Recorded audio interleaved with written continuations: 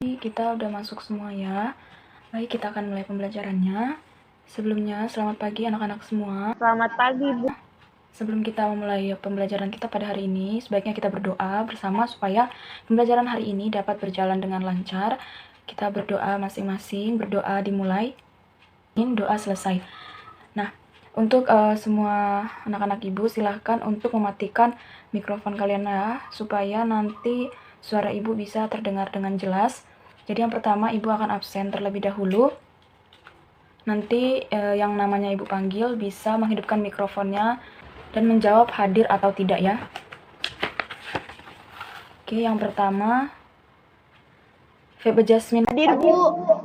Mungkin ini lupa kalau ada kelas atau jaringan nggak stabil. Oke, sekarang kita akan mulai pembelajaran kita. Jadi topik kita pada hari ini adalah Danish Pastry. Nah, sebelumnya Ibu mau tanya dulu tentang materi sebelumnya.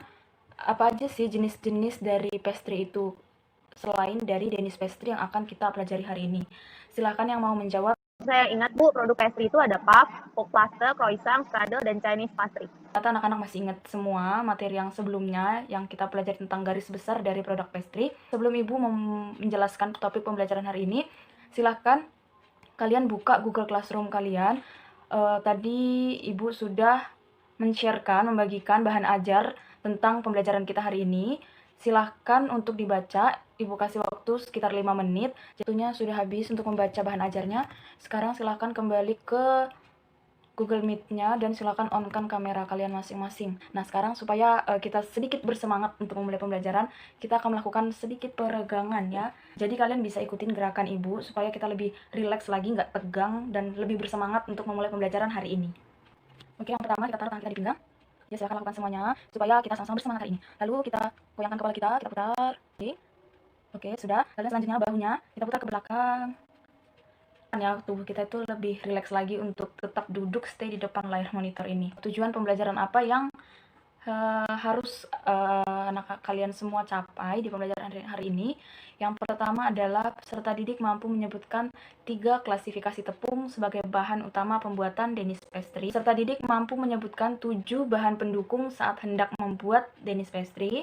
Selanjutnya, peserta didik mampu menyebutkan 4 bahan tambahan dalam proses pembuatan Danish Pastry. Kemudian, peserta didik mampu membedakan peralatan besar atau kitchen equipment dan peralatan kecil atau kitchen utensil dalam pembuatan Danish Pastry serta mengetahui fungsi-fungsinya. Sebelumnya kalian bisa mempersiapkan buku catatan dulu untuk mencatat ya. Siapa yang udah pernah makan salah satu produk pastry? Saya, Bu, pernah makan croissant. Bahannya mungkin ada telur, terigu, susu, tepung, dan ragi, Bu. Menunjukkan bahan-bahan yang kita perlukan untuk membuat produk Danish Pastry ini. Jadi, untuk bahannya sendiri dibagi menjadi 3, bahan utama, bahan pendukung, dan bahan tambahan. Nah, bahan utamanya itu sudah pasti adalah tepung terigu. Nah, untuk tepung terigu sendiri, itu ada 3 klasifikasi. Protein tinggi sendiri, biasanya merek yang kita pakai adalah Cakra, seperti ini. Nah, ini tepung protein tinggi. Untuk tepung protein tinggi ini dia punya kadar gluten itu lebih sekitar 13 sampai 14 atau 15% kadar glutennya. Yang kedua ada tepung protein sedang. Itu dia biasanya kita pakai merek segitiga biru seperti ini. Nah, ini karakteristiknya itu lebih lembut karena kadar glutennya hanya sekitar 11 sampai 13%. Tepung protein rendah. Di sini biasanya kita menggunakan merek kunci biru. Kadar gluten itu sekitar di bawah 11%. Jadi kita kalau membuat Danish pastry itu harus menggunakan lemak atau roll-in fat yang khusus untuk pastry. Jadi ada telur. Ini telur ini pengemulsi ya, supaya selain pengemulsi juga supaya lebih lembut adonannya. Sweetener atau gula. Di Danish pastry itu bisa menggunakan 2 jenis gula. Yang pertama ini ada gula putih. Kita menggunakan palm sugar. Jadi yang pertama di sini ada kacang-kacangan. Contohnya Ibu ambil sini kacang tanah, bisa juga menggunakan almond atau menggunakan kenari seperti itu. Rempah. Di sini rempah yang paling banyak digunakan adalah kayu manis bubuk ya. Jadi warnanya coklat bubuk seperti ini. Bahan terakhir ada coklat. Ini olesan coklat.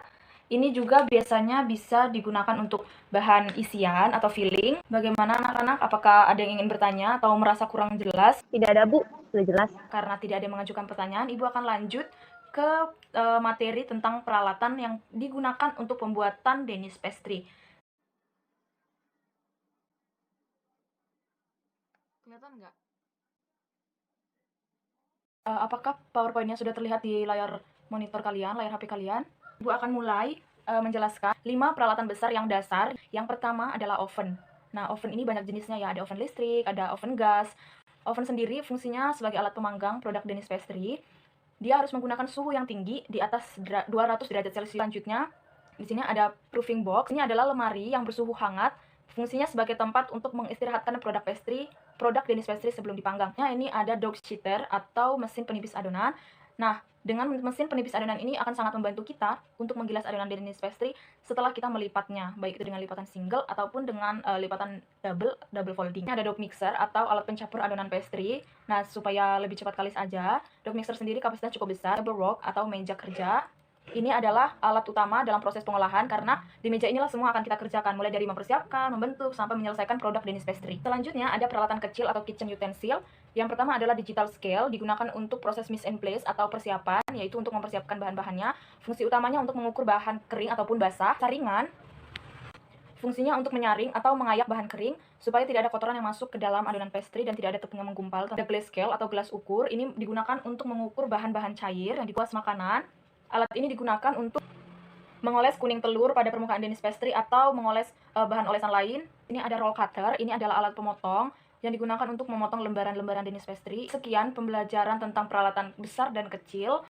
Selanjutnya, silahkan kalian bisa saling berdiskusi di Google Meet melalui chatting. Dari materi yang sudah Ibu sampaikan dan sudah kalian catat, bisa kalian analisis kembali. Kalian cocokkan lagi dengan bahan ajar, apakah sudah sesuai atau belum. Ibu minta beberapa dari kalian untuk bisa mempresentasikan materi yang sudah kalian catat tadi dari penjelasan Ibu. Siapa yang mau mencoba mempresentasikan catatannya? Hasil dari catatan yang saya dapat itu, bahan pembuatan pastry dibagi menjadi 3, yaitu bahan utama, pendukung, dan bahan tambahan. Untuk alat yang digunakan ada 5 alat besar dan 5 alat kecil. Ibu rasa sudah cukup lengkap. Anak-anak, jadi materi hari ini sudah selesai. Sebelum Ibu memberikan tugas dan menutup pembelajaran hari ini, Ibu persilahkan salah satu dari kalian untuk membuat kesimpulan dari seluruh kegiatan pembelajaran yang sudah kita lakukan. Kira-kira apa sih yang kalian dapat dari pembelajaran hari ini? Yang saya dapat dari pembelajaran hari ini, saya lebih paham tentang bahan dan alat dalam pembuatan pastry. Dan pembelajaran hari ini cukup menyenangkan, Bu. Tidak terlalu membosankan. Oke, terima kasih sudah mau mengemukakan pendapatnya tentang apa yang didapat pada pembelajaran hari ini. Untuk yang lain mungkin bisa juga merefleksikan diri masing-masing.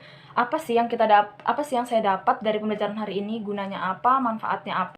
Untuk menindaklanjuti pembelajaran kita hari ini, Ibu akan mengadakan post test. Jadi post testnya itu sudah Ibu buat di Google Form. Nanti Ibu akan kirim linknya. Soalnya hanya 5 esai. Kalian Ibu beri waktu 30 menit untuk mengerjakannya. Itu mulai dari room meet ini Ibu bubarkan. Oke, sudah terlihat ya linknya. Jadi nanti silakan kalian kerjakan setelah room meet-nya Ibu bubarkan. Untuk tugas yang akan dikumpulkan di pertemuan selanjutnya, silahkan nanti kalian lihat di Google Classroom ya, Minggu jam 23.59 WIB. Ibu harap kalian mengerjakannya dengan maksimal. Pembelajaran kita sudah selesai, materi sudah tersampaikan, tugas sudah, post test sudah. Nah, kita patut mengucap syukur kepada Tuhan karena pembelajaran hari ini bisa berjalan dengan lancar. Kita akan menutup pembelajaran kita dengan doa. Doa dipersilahkan. Selesai. Oke anak-anak, terima kasih untuk pembelajaran hari ini. Terima kasih untuk semangat belajar kalian. Terima kasih juga untuk anak-anak Ibu yang sudah aktif dan berpartisipasi. Untuk yang lainnya, Ibu harap bisa lebih aktif lagi. Ibu akan akhiri pembelajaran kita hari ini. Selamat siang, dan jangan lupa untuk langsung mengerjakan post testnya. Ibu tunggu 30 menit ke depan. Terima kasih. Selamat pagi, Bu. Terima kasih.